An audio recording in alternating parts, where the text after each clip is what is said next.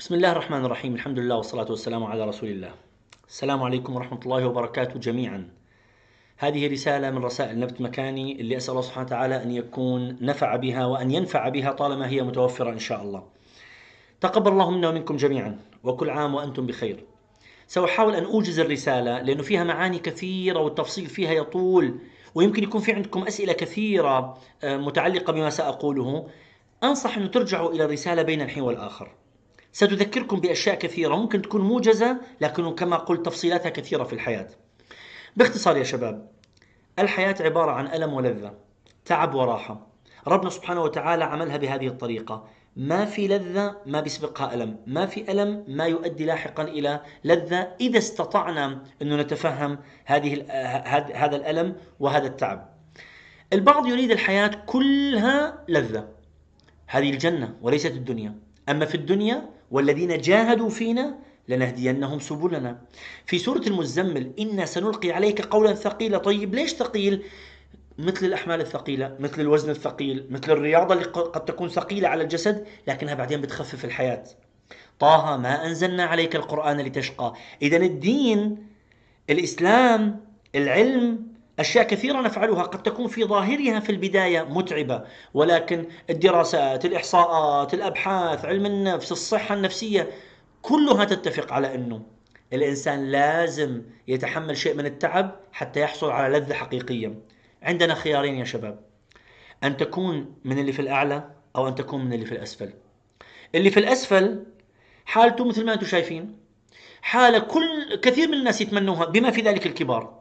اكل، اشرب، العب، نتفليكس، ببجي، كل شيء حياتي كليك كليك كليك، كل شيء دليفري دليفري، جانك فود، بيتزا، برجر، مش عارف ايش كذا، وانام بعدين اصحى وهذه حياتي. والان عملوا سرير، كل شيء بدك اياه، الشاشه امامك، كل شيء يمك، المشروبات، المثلجات، الكذا، وخليك كما انت مخدر، كانك دائما في حاله سكر، في حاله تاثير الحشيش ومخدرات وهيروين اللي تحت يظن انه الحياة سليمة. لا يا حبيبي، انت عبارة عن ضحية من قطيع من البهائم اللي مبسوط عليه اللي عمل اللعبة، واللي عمل الجيم، واللي شغال بهوليوود، واللي عم بينتج فيلم معين. يلا تعالوا تعالوا يا ضائعي الاوقات، يا اللي ما عندكم اشياء، ما عندكم شيء، تعالوا تسلوا عندي، تعالوا. هي بس تسلية، تسلية، اثنين، ثلاثة، أربعة، بعد شوي تصبح هذه هي الحياة بالنسبة لك، ولا تتخيل أي تعب.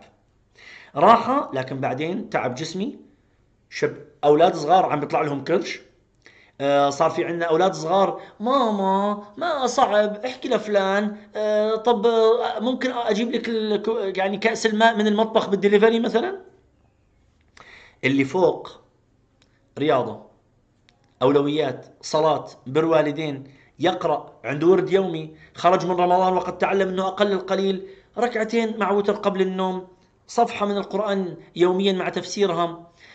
في نظر البعض: طيب يعني وين حياتك، مو عايش؟ لا، عايش ومبسوط واموره مرتاحه ومستمتع، وقد يتواصل مع التقنيه. يمكن في هاتف جوال، ولا تليفون، ولا عذرا حاسوب، لابتوب، كمبيوتر، يستخدمه لما يصلح، يروح عن نفسه، قد يقرأ قصة مفيدة، لكن ما يضيع في عالم الخيال طول وقته في الأنمي والروايات الرومانسية والكذا. اللي تحت يقول اللي فوق: يا أخي أنت ليش متعب نفسك؟ تعال اهبط اهبط، انزل انزل، انخفض، ارسب في الامتحان، اخفق فيما أراده الله لك. اللي فوق ينظر إليه ويقول: والله أنا حزين عليك، أنت مفكر نفسك مرتاح؟ تعال، تستطيع أنك تلعب معي شوية رياضة؟ تستطيع أنك تصعد معي هذا الدرج؟ تستطيع أنك تحمل ثقل معين من مكان إلى مكان؟ شرايينك إيش أخبارها؟ دماغك إيش أخباره؟ طريقة تفكيرك إيش أخبارها؟ اللي فوق يضحك على اللي تحت. اللي تحت يسخر من اللي فوق لأنه متوهم أنه في راحة. اللي تحت في راحة لحظية، لكن سيتبعها والعياذ بالله تعب في الدنيا، ولا قدر الله في الآخرة في الخلود. اللي فوق تعب أولي، ولكن يتبعه راحة في الدنيا أولا وراحة في الآخرة.